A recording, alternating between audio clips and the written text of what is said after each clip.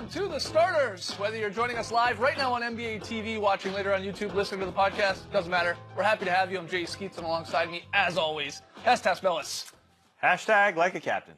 To his right, it's the international man of mystery, taking it to the max, Lee Ellis. Friend. Hey. Lily, and last, certainly not least, over yonder, yes, it's nice to have him back. It's the bearded one, Trey Kirby. Ayo! Hey, yo! TK, what's poppin'? Well, I'm here at the internet looking for your best tweets at hashtag the starters. And with the NBA season over, everybody is making summer plans, and that includes our own Lee Ellis, who saw a Jamal Crawford tweet about not having any basketball to watch, and it responded as you might imagine.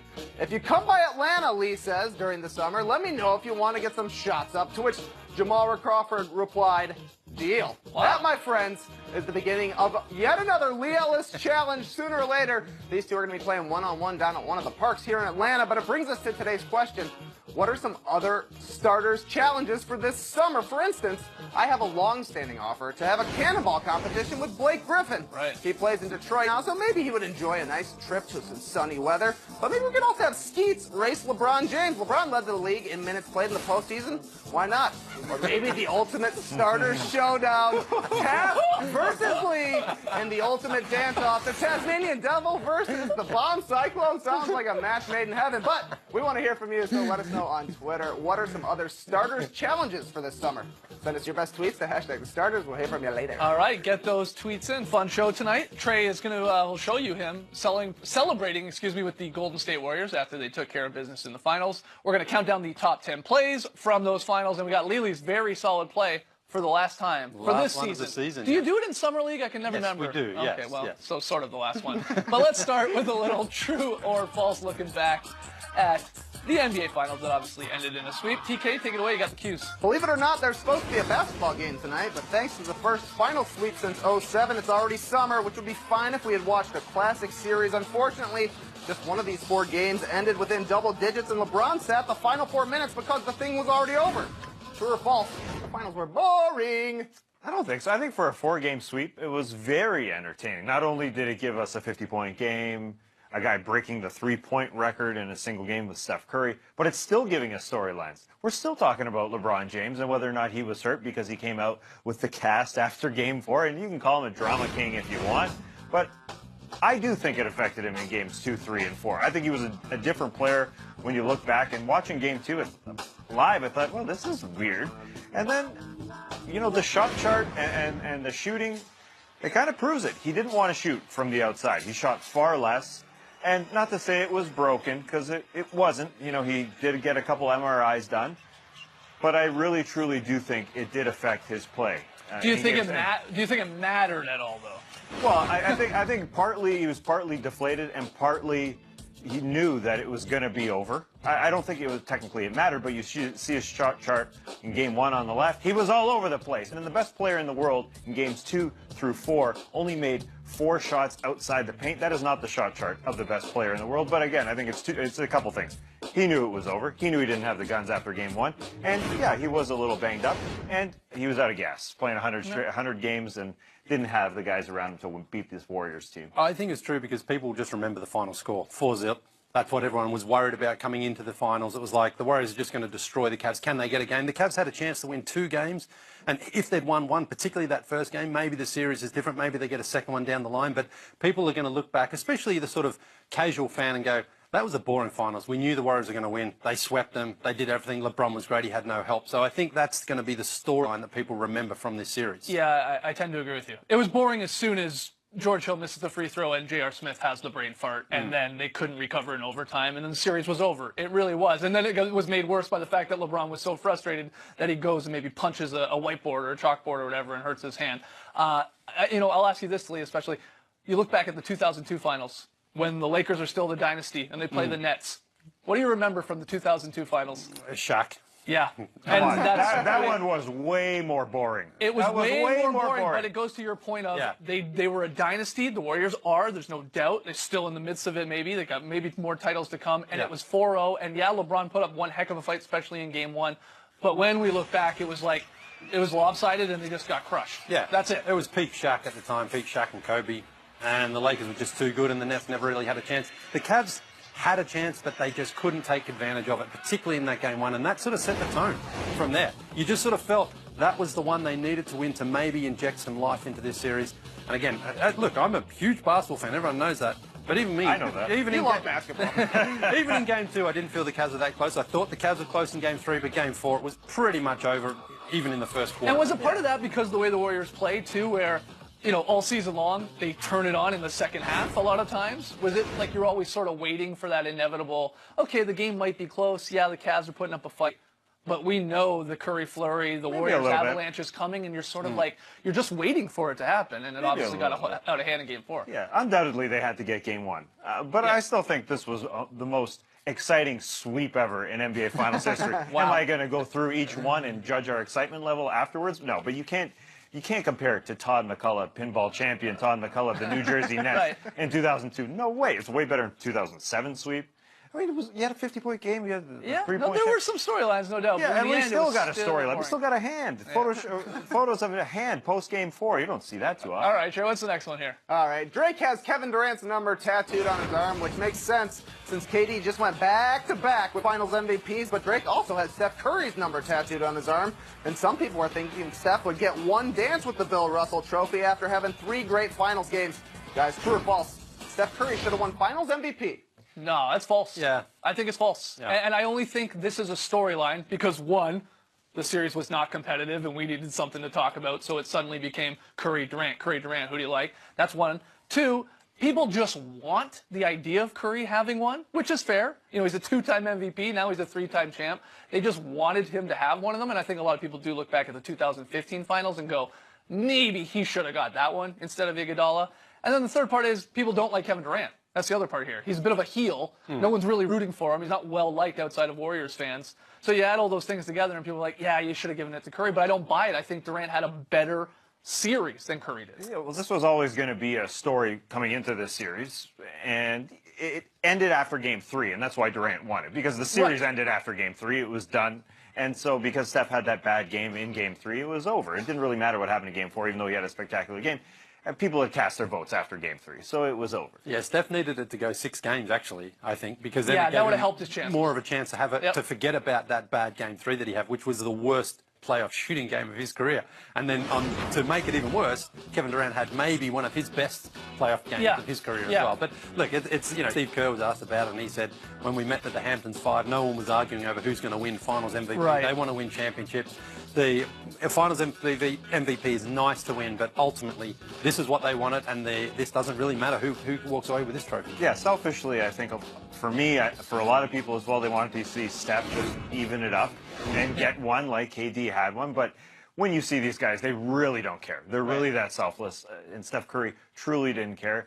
I almost think give Durant each one each year, and don't give Curry one, because it proves. I think it's a really special locker room for Curry not to care, because a lot of guys obviously would care, because he was the guy who started everything, and that's why you know, you kind of wanted him to get one. And still put up great numbers. Yeah. I mean, outside of that one game, 3 unbelievable games. Very but, comparable numbers. Exactly. All right, final one, Trey. With 4 minutes left in a blowout Game 4 loss, LeBron James subbed out of the game for possibly the final time as a Cavalier, getting a huge ovation as he did so. Outside of visiting a hand specialist, no one knows what LeBron does next. Join the Lakers, stay in Cleveland, take a year off to be the 5th starter. Only time will tell, but true or false, LeBron has played his last game for the Cavs. This won't be the last time we ask this question for the next couple of I keep on thinking of where would the next destination be that would be okay with everybody, and it's hard to come up with that answer, because let's say he goes to the Rockets, and people say, well, that's not really his championship. He joined already fantastic team in James Harden and Chris Paul. The Lakers, I don't think he can win one there. If he goes to Philadelphia, I just don't know if that would be right either. So I still think if you're the Cavs, you're going to hold out hope that he can return. They just have to improve that team for him to do that. So I say it's true, but maybe it's false. Great answer. It's fun trying to wrap your head around the dynamic of his next team. I do agree. Where does he go? I just know he's gone from Cleveland. If the organization is this way, that just felt like a goodbye. It sure did. And, you know, he's ripped through the organization. The tornado of LeBron has gone through there. The roster, you know, has been turned over to try and win, but it's not a win-now roster anymore. He's had problems with the front office. This sure felt like goodbye to his sons here. This is my last game in Cleveland, kids. Daddy might have to go work in another city next year. Hey, they got the right-handed shake there, too. You did. It was very gentle. Respect, It was respect gentle for the though. kids. Yeah. Yeah, I'm with you, Tass. I mean, you talk about you're trying to wrap your head around seeing LeBron somewhere else. I get that. I'm trying to wrap my head around just the idea of him staying there with that roster, how it's currently constructed, and there's a lot of big, contracts on that roster too. Yeah. Cavs front office would have to get very creative to try and sort of rebuild it again. I just don't buy it. I don't think LeBron. I think he's ready for the next chapter of his life, whether it be Houston, LA, Philly, some other wild card team. I just don't see him staying there as well. That's what we think. Let's hear from you. Jump on Twitter, #the starters. Did we see LeBron play his final game with the Cavs? Let us know. When we come back, though, back to popping bottles. Yeah, Trey celebrates with the 2018 NBA champs. Don't go anywhere.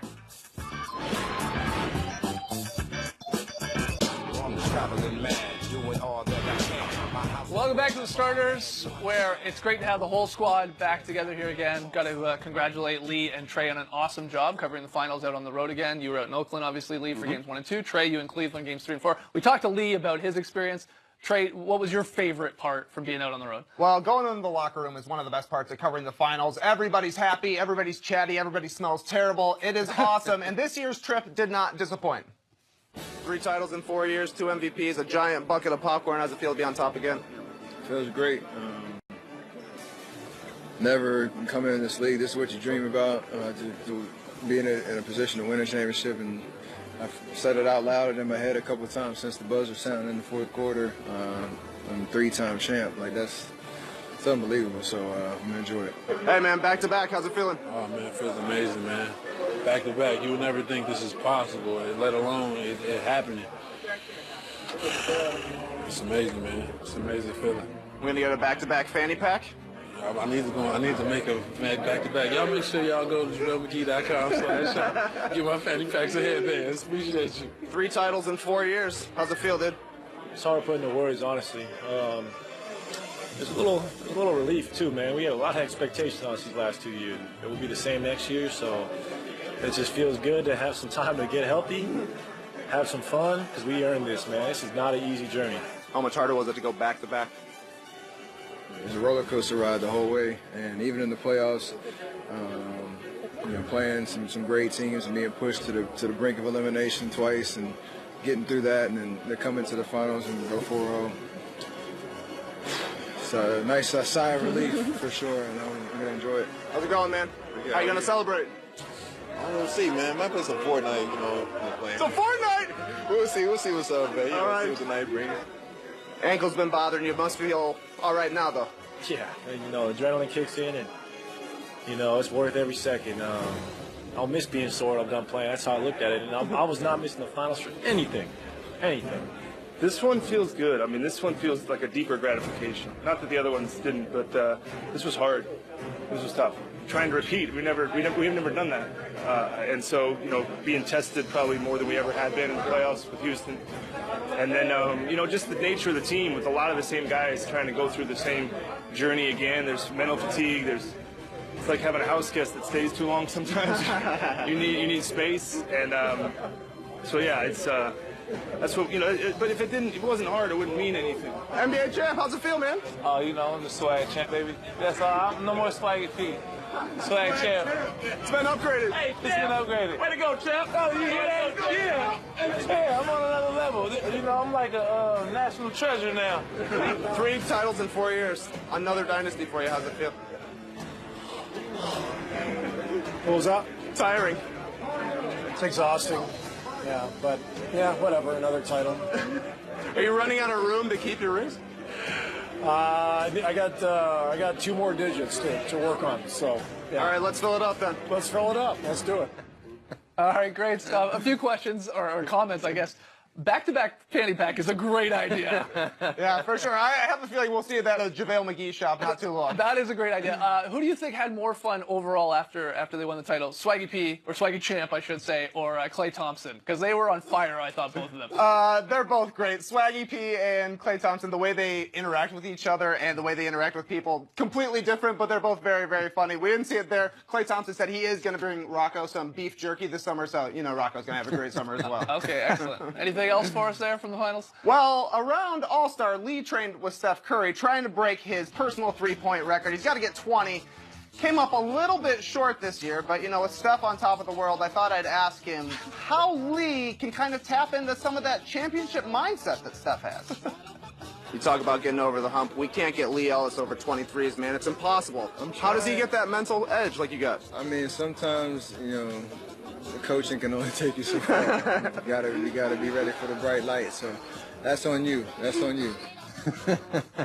I'm trying, man. Thank you, I appreciate it. That just means I have to go and work out with Steph again next season. Yeah, that's exactly right. I want to know if you're going to get a ring because you're in the full Warriors gear. I mean, I probably shouldn't Yeah. I, you know? All right, finally, we gave you a Game 4 challenge. It was pretty simple. If the Warriors win the title and are celebrating, you got to steal something from the locker room. What did you get? Or did you... No, not a pocket dog. Not a pocket. Just the traditional cork. You know, we're collecting them. But wait, there's more. Okay. This, my friends, is a from the locker room. Whoa. Back-to-back champion pennant. You can smell it. Smell it. Still smells like champagne, Lee. Yeah, it does. I let my daughter smell this. She's like, what does that smell like? It smells terrible. It smells like a championship, baby. That's good. All right, we'll put that up on the set. We got lots more still to come from